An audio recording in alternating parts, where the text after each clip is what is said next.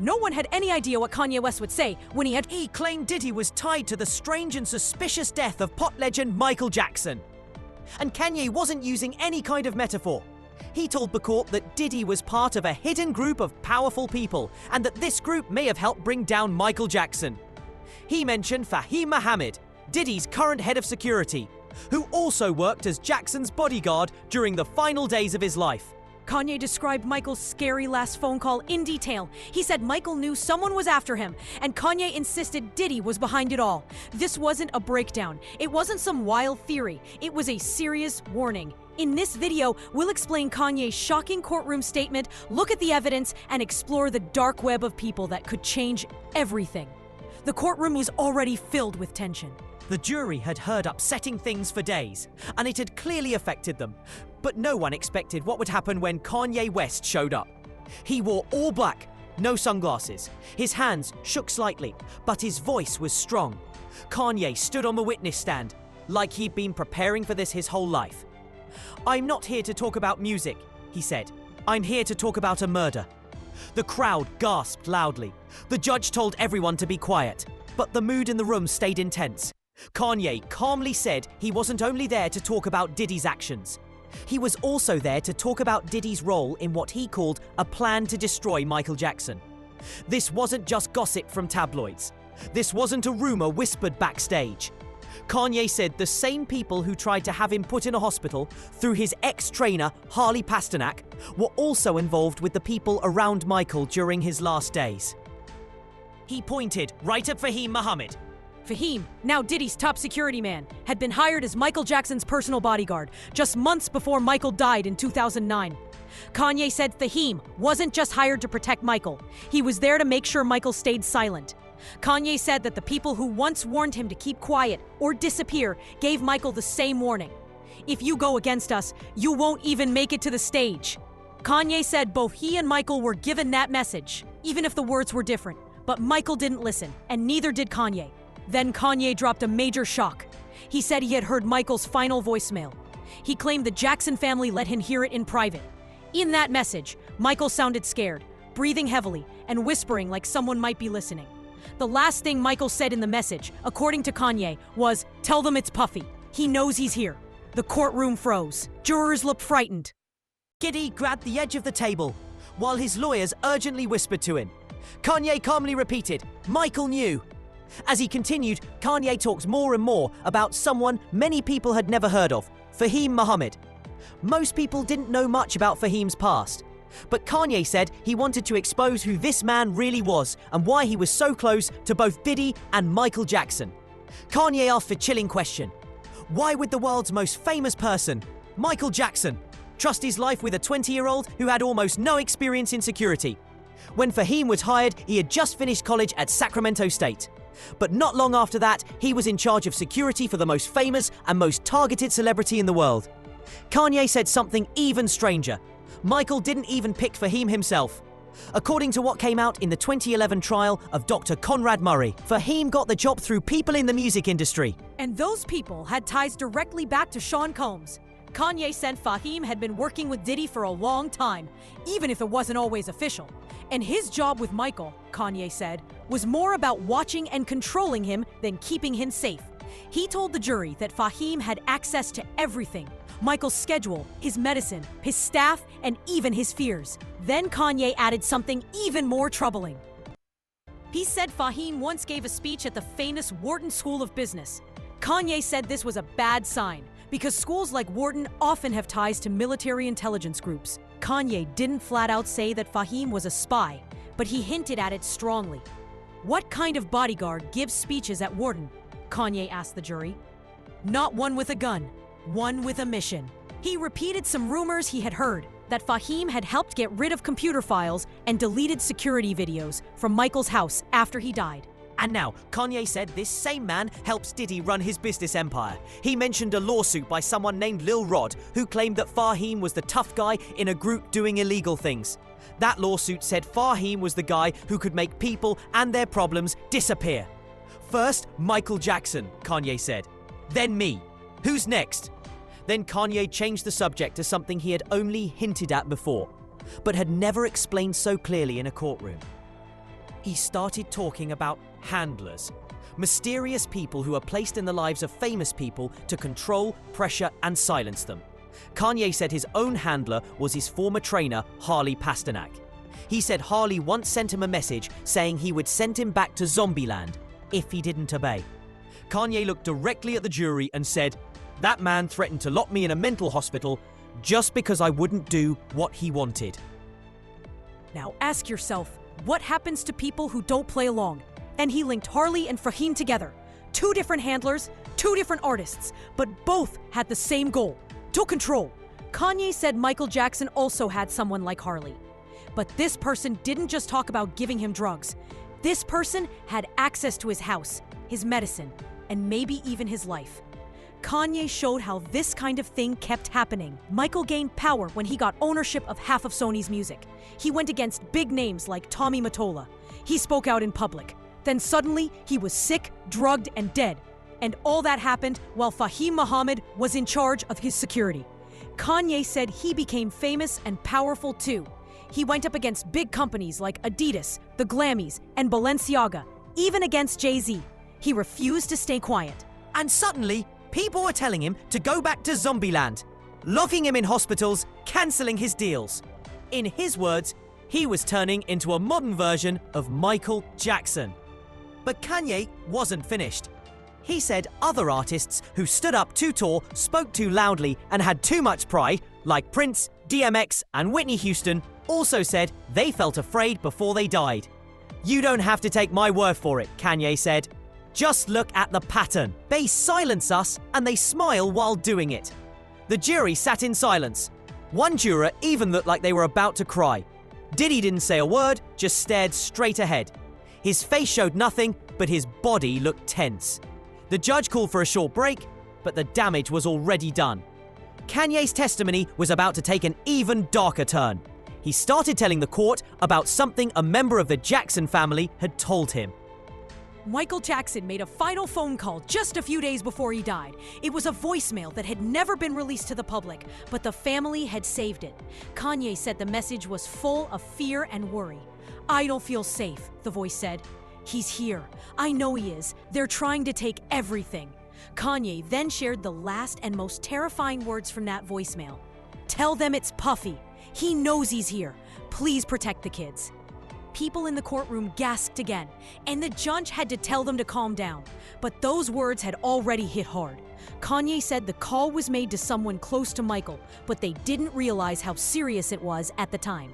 In the final days before Michael died, Kanye said Michael became more and more isolated. He was kept away from his regular team. He had to work with strangers. He was surrounded by people Kanye called industry plants, wearing security badges. Kanye pointed to Fahim Muhammad again. He asked, why would a guy in his early 20s, just out of college, be in charge of Michael Jackson's safety? Why did all of Michael's usual security team suddenly disappear? Who decided Fahim should take over?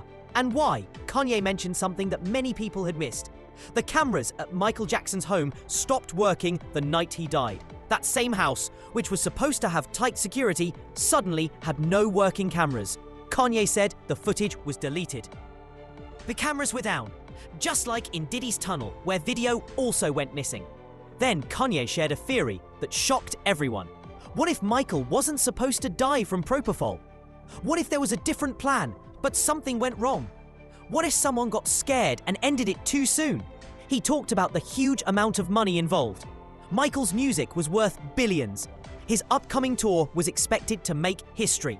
And that music catalog, Kanye said, was valuable enough to kill for. He ended this part with one line: Michael's death was the smartest business move Sony ever made. Kanye's words opened up more than just questions about Michael Jackson. He talked about a bigger pattern that he said had haunted the music industry for years. In the fifth part of his testimony, Kanye focused on a sad list of artists who, according to him, tried to fight back against the system, but ended up dead or ruined. He named Whitney Houston, DMX, Prince, Amy Winehouse, and Lisa Lechtai Lopes, reading their names like a funeral speech. Each of them, he said, tried to escape the system. Each tried to speak the truth, and now all of them are gone. He spoke about Prince's fight with Warner Brothers to get control of his own music. Prince warned others about music contracts and how labels could own your soul. Later, Prince was found unresponsive in an elevator, alone. Before that, he had told friends he felt like someone was trying to silence him. Kanye talked about Prince's last public appearances, where he spoke in mysterious ways about death and being watched. Next, he brought up Whitney Houston. Kanye said she once told Clive Davis that she knew too much, especially about strange parties that, according to Kanye, were somehow connected to Diddy's circle. Her final days, Kanye said, weren't just random or chaotic. They make you seem crazy, he explained, so they don't have to explain how you really died. He also talked about Lisa Left Eye Lopes. She made a video shortly before she died in Honduras, where she said she was being followed and that spirits were warning her. Do you know what she said in that video? Kanye asked. She said she was being hunted. Not long after, her car crashed. When you stop being useful to the machine, he said, or when you speak out or own too much, they treat you like a problem that has to be erased. Then Kanye said another name that hit hard, Biggie Smalls. Do you really think it's just a coincidence that Biggie's murder was never solved? He asked. And that the only person from that group still standing strong is Diddy? Sean Combs? Kanye said Diddy had built one of the most protected and untouchable empires in music history. He said the Diddy brand wasn't just about music. It was about power, control, and influence. A front, Kanye claimed, for something much darker. He brought up the lawsuit filed by Lil Rod. That lawsuit claimed Diddy arranged parties involving sex trafficking, drugs, and bribery. But Kanye told the court that all of that was just the surface. The real issue, he said, was control. Getting rid of people who were a threat. He said Diddy had strong ties with powerful people, executives, politicians, and even former intelligence agents. This is why people vanish, Kanye said. This is why lawsuits disappear. You can't beat this with a lawyer, he warned. You beat it by shining a light on it. He mentioned that federal agents raided Diddy's homes, but not everything they found was shown to the public. I've seen some of it, Kanye claimed. Tunnels, paperwork, names. Some of those names are still working in the music industry. Some of them run big companies. And some, he said, were even sitting inside the courtroom. Then Kanye exposed what he called the pyramid. It was a secret network of assistants, stylists, producers, trainers, bodyguards, and lawyers. Their job? To keep people quiet and to keep watch. You're not allowed to leave, Kanye said. You're not allowed to talk. And if you do, your career ends, or worse. He claimed once again that Fahim Muhammad was the enforcer. He said Fahim is the one who makes the calls. He's the one who clears phones. He's the one who tells people to shut up or sleep forever. Then Kanye delivered a final blow. Fahim was there when Michael died, he said. Fahim is still here now, so what's changed? He finished that part of his speech with these words. The industry didn't just kill Michael, it turned his death into a business plan. As Kanye West spoke those words in open court, the room sat completely silent. His claims weren't vague, they were clear, specific, and serious. Diddy didn't move at the defense table, but if you watched closely, you could see the signs. His jaw tightened, his fingers twitched. He leaned over and whispered sharply to his lawyers. Something inside him had cracked. The calm image Diddy had kept for so long was starting to fall apart. Kanye's words weren't just part of a testimony. They felt like thunderbolts. At one moment, Kanye locked eyes with Diddy and slowly said, "You know what you did to him. You watched the king fall." The courtroom burst into whispers. The judge slammed the gavel, trying to bring back order. Reporters quickly typed on their phones, sharing every moment like history was happening right then. Courtroom sketch artists and legal experts later said they saw Diddy shake his head at Kanye's claims, but he didn't deny them. He didn't yell. He didn't argue. He just looked trapped. One journalist from Rolling Stone tweeted, "Diddy's face went blank, like he wasn't in charge anymore." That one line from Kanye flipped the entire courtroom. Then Kanye talked about his past talks with Michael. He said, "Michael told me he was scared." He told Kanye that people were following him, and he felt like someone inside his own home was plotting against him. Kanye admitted that Michael never said Diddy's name back then. But the person Michael described, Kanye said, sounded exactly like Fahim Muhammad. Young, quiet, always watching. Someone Michael didn't choose to hire himself. Someone he didn't trust. This part of Kanye's statement didn't feel like a rant. It felt like a man finally letting go of something he had kept inside for years. "I'm not here to put on a show," Kanye told the court. "I'm here because a man lost his life and another man got rich from it." That last claim was a clear hit at Diddy's 2010 music catalog purchases, and the rumors that his empire, worth $700 million, was partly built from Michael Jackson's death. Those numbers weren't just big. They helped show a possible reason why someone might want Michael gone. Kanye painted a new picture. Michael Jackson was worth more dead than alive, and someone made sure that change happened at just the right time. Kanye's testimony didn't just shake the courtroom, it caused a huge reaction across the world. As soon as it was live streamed and shared on social media, news outlets jumped on it. From CNN to TMZ, everyone had headlines like, "Kanye West says Diddy had Michael Jackson killed." Courtroom chaos as Kanye accuses Diddy of planning MJ's death. But what really stopped people in their tracks was the response from Michael Jackson's own family. Jermaine Jackson posted a heartfelt message on Instagram. Kanye said what we've been afraid to say for 15 years. "My brother was murdered, and the industry knows it." LaToya Jackson released a statement through her lawyer. "I've said this before, Michael didn't die from a drug overdose. He died because someone wanted him gone. We're ready to speak the truth under oath now." Then some internal emails were leaked. An anonymous whistleblower from AEG claimed the emails showed that company bosses knew Michael wasn't healthy enough for the tour, but they moved forward anyway. One chilling email said, "He doesn't need to be well. He just needs to survive opening night." Kanye's words had opened the floodgates. Even former members of Michael's staff started calling the court, asking to give their own testimony. One person said they saw unknown security guards in Michael's house the night before he died. Another said Michael had become so paranoid he would sleep with loud music playing to block out voices he thought were being played through the walls. Meanwhile, legal experts started looking again at Fahim Muhammad's role. They questioned why he wasn't questioned properly during Dr. Conrad Murray's trial. "We missed something," said a retired detective who worked on the case in 2009. "This wasn't just a medical mistake. This could have been something planned." Every big news network ran panels. Some said Kanye's claims were just conspiracy theories. Others took his words seriously. Public opinion shifted quickly. This time, Kanye wasn't trending because of music or fashion. He was trending because people thought he might have just exposed something very real and very dark. After Kanye's testimony, the courthouse buzzed with energy. Security was increased. Reporters rushed to find out if the Jackson family had really been given subpoenas. The judge was said to have called an urgent meeting with both sides to discuss the seriousness of what had just been revealed. The case against Diddy had taken a turn no one expected. Diddy's lawyers tried to calm things down. They said Kanye's words were just personal stories and wild ideas with no proof. But the public wasn't buying it. Social media blew up with clips of Kanye saying, "They call me crazy, but I'm the only one telling the truth." Behind the scenes, sources said the prosecutors started taking another look at their witness list.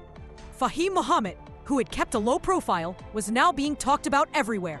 Rumors started that federal investigators were opening up old files on Michael Jackson's case, especially now that new voicemails and witnesses were coming forward. But the saddest update came from Michael Jackson's children.